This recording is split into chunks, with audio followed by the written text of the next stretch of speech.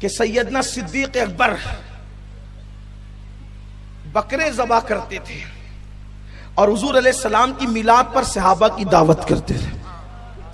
یہ امام جلال الدین سیوطی کوئی چھوٹے موٹے آدمی نہیں ہے. امام سیوطی نے دیکھو کتاب میں لکھا ہوا ہے. آج کل ایک سوچ بن گئی ہے ہماری قوم کے چھوکروں کی جن کو علم نہیں ہے کہ جو ہمارے علم میں نہیں وہ کتاب میں ہے ہی نہیں. اہل علم کو سب پتا ہے لیکن اب جہالت سب سے بڑی وبا ہے. تو آپ کو جو نہیں معلوم ہے آپ علم والوں کے پاس ہے. قرآن کہتا ہے, کیا کہتا ہے کہ تمہیں نہیں معلوم ہے تو یہ ٹنڈورا پیٹو کے ہے ہی نہیں.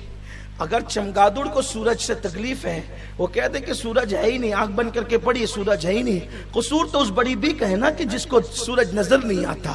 لیکن اللہ اکبر, جو آنکھ والا ہے وہ تو سورج دیکھتا ہے. تو کیا کرنا چاہیے؟ قرآن کہتا ہے فَاسْأَلُوا أَهْلَ الذِّكْرِ إِن كُنتُمْ لَا تَعْلَمُونَ, کہ اگر تم نہیں جانتے تو علم والوں سے پوچھ لیا کرو.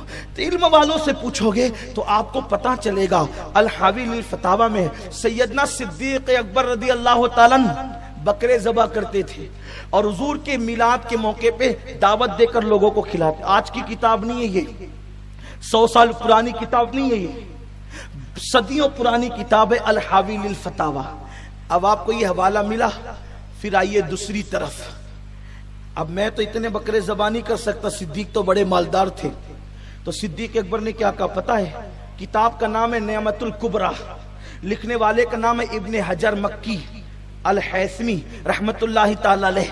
وہ فرماتے ہیں کہ وہ کیا کہتے ہیں آپ کو پتہ ہے کہ صدیق اکبر نے فرمایا, نعمت الکبریٰ میں ابن حجر لکھتے ہیں کہ صدیق اکبر نے فرمایا اگر کوئی میلاد کا جشن منانے میں صرف 1 روپیہ خرچ کرے.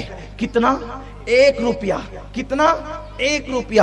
اس دور میں روپیہ نہیں بنا تھا لیکن درہم کی بات کی گئی ہے. میں آپ کو سمجھانے کے لیے روپیہ کہہ رہا ہوں, ورنہ آپ کہیں گے وہ ادھر تو روپیہ تھا نہیں, آپ یہ روپیہ کہاں سے لائے حدیث میں. میں نے اسی کئی حدیث میں روپیہ کا ذکر کر دیا تو لوگوں نے کہا کہ میں نے کہا اللہ کے بندے روایت بالمعنی کبھی تو اسلام میں تصور ہے سمجھانے کے لیے. تو بہرحال صدیق اکبر نے فرمایا 1 درہم اگر کوئی رسول اللہ صلی اللہ علیہ وسلم کی میلاد پر خرچ کرے گا خوشی کرتے ہوئے تو وہ ابو بکر صدیق کے ساتھ جنت میں داخل کیا جائے گا.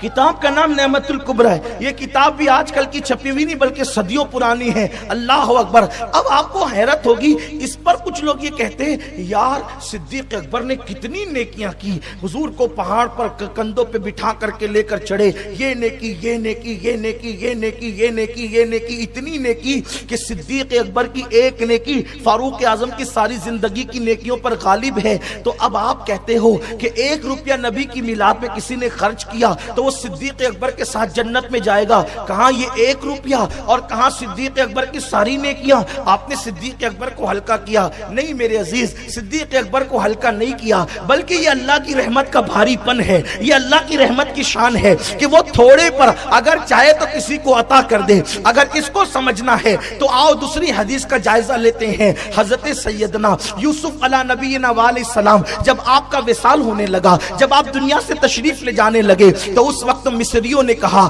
ہمارے محلے میں حضرت یوسف کا مزار بنے گا, ہمارے محلے میں حضرت یوسف کا مزار بنے گا, ہمارے محلے میں حضرت یوسف کا مزار بنے گا. پتا چلا کہ یوسف علیہ السلام کے دور میں بھی لوگ اس بات کا عقیدہ رکھتے تھے کہ اللہ والے کا مزار جس علاقے میں ہوگا اس کی برکتیں, اللہ والے کی برکتیں اس کو نصیب ہوگی. اسی لیے تفسیر کی کتابوں میں ہے ہر ایک بندہ چاہتا تھا ہمارے محلے میں ہو, لیکن حضرت یوسف علیہ السلام نے فرمایا کسی کو محروم نہ کیا جائے گا. ایک کام کرتے ہیں حضرت یوسف کا مزار دریا کے اندر بنایا جائے تاکہ اس سے پانی لگ کر کے جو لوگوں کو ملے سب اس کی برکتیں حاصل کریں. اب پتا چلا نبی کے مزار سے لگ کر کے جو پانی چلتا ہے اس کے اندر برکت پیدا ہوتی ہے اور وہ برکت لوگوں کو نصیب ہوتی ہے. یہ عقیدہ کس کا ہے؟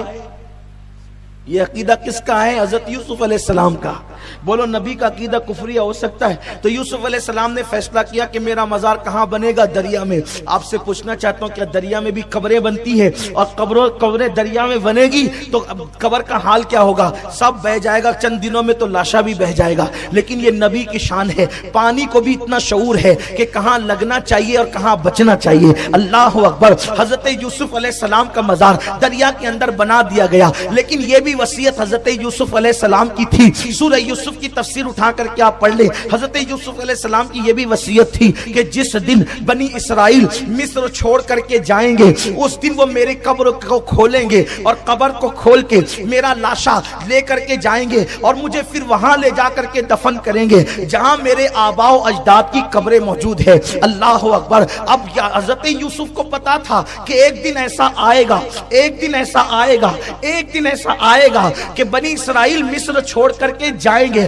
اسی لیے تو کہا کہ جائیں گے تو میرا لاشا بھی ساتھ میں لے کر کے جائیں گے. جناب یوسف علیہ السلام کو جب علم غیب ہے تو جانے یوسف کے علم غیب کی شان کا عالم کیا ہوگا. میرے پیارے آقا صلی اللہ علیہ وسلم کے پیارے دیوانوں, قرآن میں سب موجود ہے میرے عزیز. ہمیں کچھ لڑنے جھگڑنے کی ضرورت نہیں, ٹینشن لینے کی ضرورت نہیں, صرف پڑھنے کی ضرورت ہے. امت مسلمہ پڑھے, علم حاصل کرے, جہالت کی وادیوں سے نکلے, جہالت کے دلدل سے نکلے, علم کی شاہراہ کا مسافر بنے. جناب یوسف علیہ السلام نے فرمایا میرے مزار, میری قبر کو کھول کر کے میرے لاشے کو لے کر کے جانا. اللہ اکبر. پھر کیا ہوا؟ تاریخ میں آتا ہے, تفسیر میں آتا ہے, حدیث میں آتا ہے, حضرت موسیٰ علیہ السلام کے دور میں جب فرعون کا ظلم حد سے بڑھ گیا تو حضرت موسیٰ علیہ السلام نے اپنی قوم کو کہا اب ہمیں مصر چھوڑ کر کے یہاں سے چلے جانا ہے. وصیت یاد آئی اس لیے کہ نسلاً بعد نسلیں جو ہے وصیت منتقل ہو رہی تھی. جب بھی بنی اسرائیل جائیں گے حضرت یوسف کو لے جائیں گے, حضرت یوسف کو لے جائیں گے. پھر کیا ہوا؟ جناب یوسف علیہ الصلوۃ والتسلیم کے مزار کی کھوج میں لگ گئے. اور پھر کیا ہوا؟ حضرت موسیٰ علیہ السلام نے پوچھا یہ بتاؤ کہ حضرت یوسف کا مزار کہاں ہے. ان میں ایک بڑھیا عمر رسیدہ تھی. اس نے کہا اللہ کے کلیم مجھے معلوم ہے کہ حضرت یوسف کی قبر کہاں ہے, میں بتا سکتی ہوں, لیکن میری ایک شرط ہے. شرط یہ ہے کہ اس کے بدلے میں جنت میں آپ کے ساتھ داخل کی جاؤں گی. میں حضرت یوسف علیہ السلام کی قبر بتاؤں گی, قبر یوسف کا پتہ بتاؤں گی, لیکن صلہ کیا ملنا چاہیے؟ جنت میں آپ کے ساتھ جاؤں گی. حضرت موسیٰ نے کہا اوقات دیکھ. میں ساتھ ساتھ حدیث کی تشریح بھی کر رہا ہوں. اوقات دیکھ, تیرا جنت میں جانا تیرے لیے کافی ہے. میرے ساتھ, موسیٰ علیہ السلام کے ساتھ. موسیٰ علیہ السلام کے برابر وہ بڑھیا کی نیکی ہو سکتی ہے؟ بولو نہیں ہو سکتی. لیکن کس عمل پہ جانا چاہتی ہے؟ نبی کا مزار بتانے کے بدلے میں.